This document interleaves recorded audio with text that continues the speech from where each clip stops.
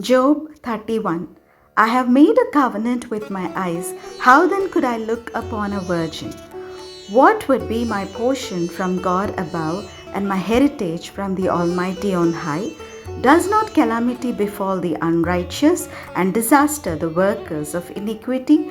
Does he not see my ways and number all my steps? If I have walked with falsehood and my foot has hurried to deceit, let me be weighed in a just balance and let God know my integrity.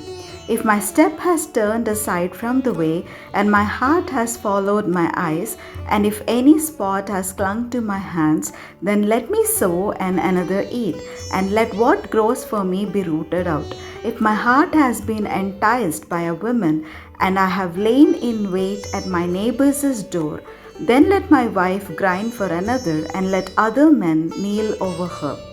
For that would be a heinous crime. That would be a criminal offense, for that would be a fire consuming down to Abaddon, and it would burn to the root all my harvest. If I have rejected the cause of my male or female slaves when they brought a complaint against me, what then shall I do when God raises up? When he makes inquiry, what shall I answer him? Did not he who made me in the womb make them? And did not one fashion us in the womb? If I have withheld anything that the poor desired, or have caused the eyes of the widow to fail, or have eaten my morsel alone, and the orphan has not eaten from it, for from my youth I reared the orphan like a father, and from my mother's womb I guided the widow. If I have seen anyone perish for lack of clothing, or a poor person without covering, whose loins have not blessed me, and who was not warmed with the fleece of my sheep, if I have raised my hand against the orphan, because I saw I had supporters at the gate, then let my shoulder blade fall from my shoulder, and let my arm be broken from its socket. For I was in terror of calamity from God, and I could not have faced his majesty. If I have made gold my trust, or call the fine gold my confidence, if I have rejoiced because my wealth was great, or because my hand had gotten much, if I have looked at the sun when it shone, or the moon moving in splendor, and my heart has been secretly enticed, and my mouth has kissed my hand, this also would be an iniquity to be punished by the judges, for I should have been false to God above. If I have rejoiced at the ruin of those who hated me, or exulted when evil overtook them, I have not let my mouth sin by asking for their lives with a curse. If those of my tent ever said, "Oh, that we might be sated with his flesh," the stranger has not lodged in the street. I have opened my doors to the traveler. If I have concealed my transgressions as others do, by hiding my iniquity in my bosom, because I stood in great fear of the multitude, and the contempt of families terrified me, so that I kept silence and did not go out of doors. Oh, that I had one to hear me. Here is my signature. Let the Almighty answer me. Oh, that I had the indictment written by my adversary.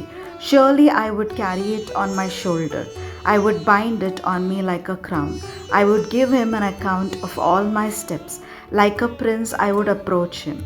If my land has cried out against me, and its furrows have wept together, if I have eaten its yield without payment, and caused the death of its owners, let thorns grow instead of wheat, and foul weeds instead of barley. Job 32. So these three men ceased to answer Job, because he was righteous in his own eyes. Then Elihu, son of Barachel, the Buzite, of the family of Ram, became angry. He was angry at Job because he justified himself rather than God. He was angry also at Job's three friends because they had found no answer, though they had declared Job to be in the wrong. Now Elihu had waited to speak to Job because they were older than he. But when Elihu saw that there was no answer in the mouths of these three men, he became angry. Elihu, son of Barachel the Buzite, answered, "I am young in years and you are aged. Therefore I was timid and afraid to declare my opinion to you. I said, let days speak and many years teach wisdom. But truly it is the spirit in a mortal, the breath of the Almighty, that makes for understanding. It is not the old that are wise, nor the aged that understand what is right. Therefore I say, listen to me, let me also declare my opinion. See, I waited for your words, I listened for your wise sayings, while you searched out what to say. I gave you my attention, but there was in fact no one that confuted Job, no one among you that answered his words. Yet do not say we have found wisdom. God may vanquish him, not a human. He has not directed his words against me, and I will not answer him with your speeches. They are dismayed, they answer no more. They have not a word to say. And am I to wait because they do not speak, because they stand there and answer no more? I also will give my answer. I also will declare my opinion. For I am full of words, the spirit within me constrains me. My heart is indeed like wine that has no vent. Like new wineskins, it is ready to burst. I must speak so that I may find relief. I must open my lips and answer. I will not show partiality to any person or use flattery toward anyone. For I do not know how to flatter, or my Maker would soon put an end to me. Job 33. But now hear my speech, O Job, and listen to all my words. See, I open my mouth, the tongue in my mouth speaks. My words declare the uprightness of my heart, and what my lips know they speak sincerely. The Spirit of God has made me, and the breath of Almighty gives me life. Answer me if you can. Set your words in order before me. Take your stand.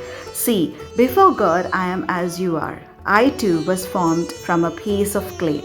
No fear of me need terrify you. My pressure will not be heavy on you. Surely you have spoken in my hearing, and I have heard the sound of your words. You say, I am clean without transgression. I am pure, and there is no iniquity in me. Look, he finds occasions against me. He counts me as his enemy. He puts my feet in the stocks and watches all my paths. But in this you are not right. I will answer you. God is greater than any mortal. Who do you contend against him, saying he will answer none of my words? For God speaks in one way, and in two, thou people do not perceive it. In a dream, in a vision of the night, when deep sleep falls on mortals, while they slumber on their beds. Then he opens their ears and terrifies them with warnings, that he may turn them aside from their deeds and keep them from pride, to spare their souls from the pit, their lives from traversing the river. They also chastened with pain upon their beds, and with continual strife in their bones, so that their lives loathe bread, and their appetites dainty food. Their flesh is so wasted away that it cannot be seen, and their bones, once visible, now stick out. Their souls draw near the pit, and their lives to those who bring death. Then, if there should be for one of them an angel, a mediator, one of 1,000, one who declares a person upright, and he is gracious to that person and says, deliver him from going down into the pit, I have found a ransom. Let his flesh become fresh with youth. Let him return to the days of his youthful vigor. Then he prays to God and is accepted by him. He comes into his presence with joy, and God repays him for his righteousness. That person sings to others and says, I sinned and perverted what was right, and it was not paid back to me. He has redeemed my soul from going down to the pit, and my soul shall see the light.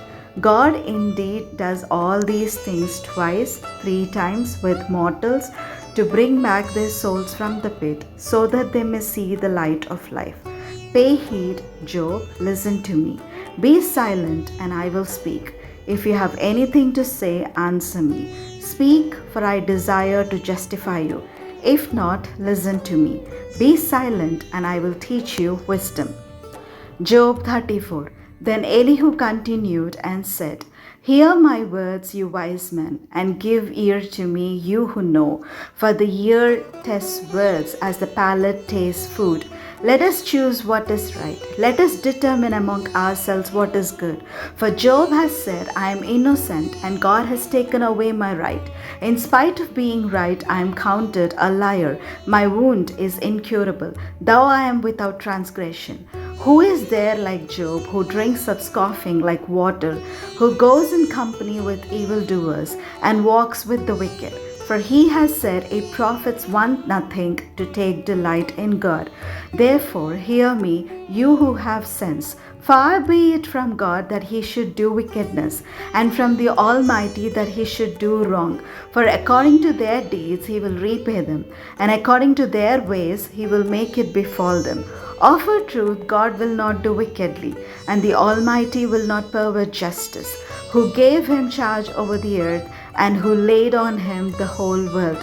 If he should take back his spirit to himself, and gather to himself his breath, all flesh would perish together, and all mortals return to dust. If you have understanding, hear this. Listen to what I say. Shall one who hates justice govern? Will you condemn one who is righteous and mighty? Who says to a king, you scoundrel, and to princes, you wicked men? Who shows no partiality to nobles, nor regards the rich more than the poor, for they are all the work of his hands. In a moment they die. At midnight the people are shaken and pass away, and the mighty are taken away by no human hand. For his eyes are upon the ways of mortals, and he sees all their steps. There is no gloom or deep darkness where evildoers may hide themselves. For he has not appointed a time for anyone to go before God in judgment. He shatters the mighty without investigation, and sets others in their place. Thus, knowing their works, he overturns them in the night, and they are crushed. He strikes them for their wickedness, while others look on, because they turned aside from following him, and had no regard for any of his ways, so that they caused the cry of the poor to come to him, and he heard the cry of the afflicted. When he is quiet, who can condemn?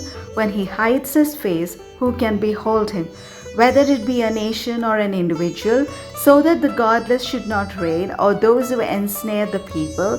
For has anyone said to God, I have endured punishment, I will not offend any more? Teach me what I do not see. If I have done iniquity, I will do it no more. Will he then pay back to suit you because you rejected? For you must choose and not I. Therefore declare what you know. Those who have sense will say to me, and the wise who hear me will say, Job speaks without knowledge, his words are without insight. Would that Job were tried to the limit, because his answers are those of the wicked, for he adds rebellion to his sin. He claps his hands among us, and multiplies his words against God.